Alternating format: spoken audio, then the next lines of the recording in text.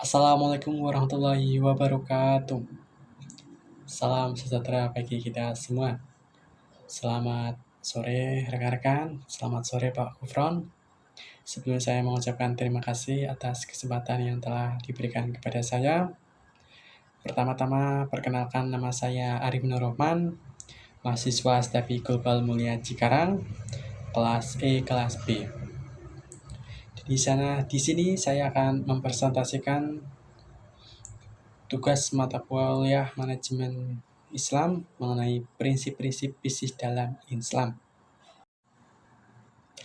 Sebelum mendalami tentang prinsip bisnis dalam Islam, alangkah baiknya kita mengetahui tentang konsep bisnis. Nah, apa yang dimaksud dengan konsep bisnis? Konsep bisnis merupakan proses pertukaran barang, jasa, atau uang yang saling menguntungkan dan memberikan manfaat bagi semua pihak yang terlibat. Dalam arti dasarnya, bisnis diartikan sebagai perdagangan barang dan jasa. Proses bisnis ini terjadi karena adanya interaksi antar individu yang menciptakan peluang untuk pertukaran produk dan layanan. Nah, selanjutnya mengenai konsep bisnis dalam Islam. Apa sih konsep bisnis dalam Islam? Dalam perspektif Islam, bisnis dapat didefinisikan sebagai kegiatan yang dilakukan oleh individu atau kelompok untuk memenuhi kebutuhan masyarakat dengan cara yang sesuai dengan ajaran agama Islam. Definisi ini mencakup berbagai aspek seperti perdagangan, produksi, dan penyediaan jasa yang semuanya bertujuan untuk memberikan manfaat bagi diri sendiri maupun orang lain. Selanjutnya, mengenai prinsip bisnis dalam Islam. Prinsip bisnis dalam Islam terbagi dalam 5, yaitu 1. Prinsip tauhid, yang kedua prinsip keadilan, yang ketiga prinsip nubuah atau kenabian, yang keempat prinsip khalifah, dan yang terakhir adalah prinsip mangat atau hasil. Pertama, prinsip tauhid. Tauhid atau akidah adalah fondasi utama dalam ajaran Islam. Prinsip ini menegaskan bahwa Allah merupakan pemilik sejati dari seluruh yang ada di alam semesta. Allah tidak menciptakan sesuatu dengan sia-sia dan manusia diciptakan hanya untuk beribadah kepadanya. Yang kedua, prinsip keadilan. Allah memandang semua manusia sama di hadapannya dan memberikan potensi yang sama untuk berbuat baik. Karena yang membedakan mereka di sisinya yaitu hanyalah tingkat ketakwaan masing-masing individu.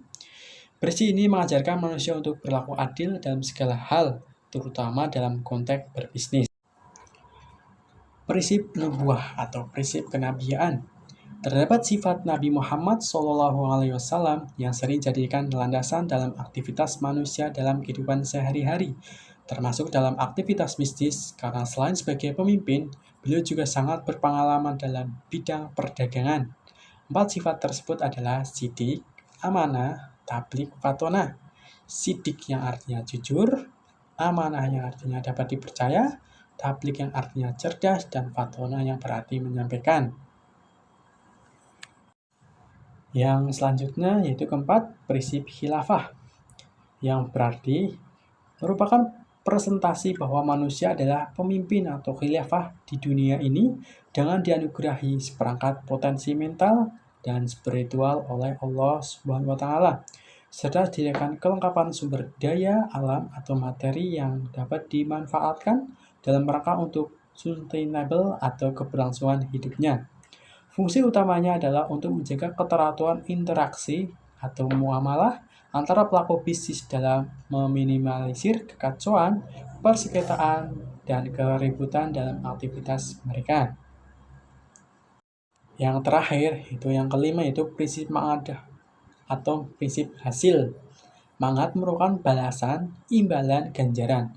Menurut Imam Al-Ghazali, aplikasi konsep mangat dalam kehidupan berbisnis misalnya mendapatkan profit, laba sebagai motivasi para pelaku bisnis. Laba tersebut bisa didapatkan di dunia dan bisa juga kelak akan diterima di akhirat.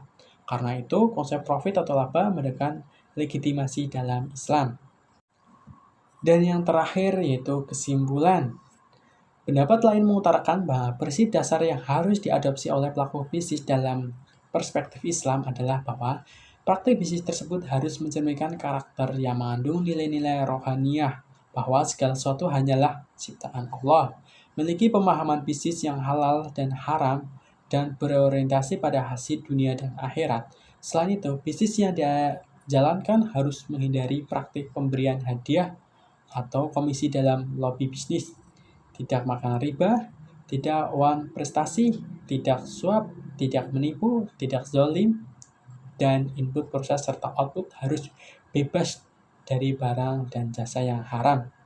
Demikian presentasi yang bisa saya sampaikan.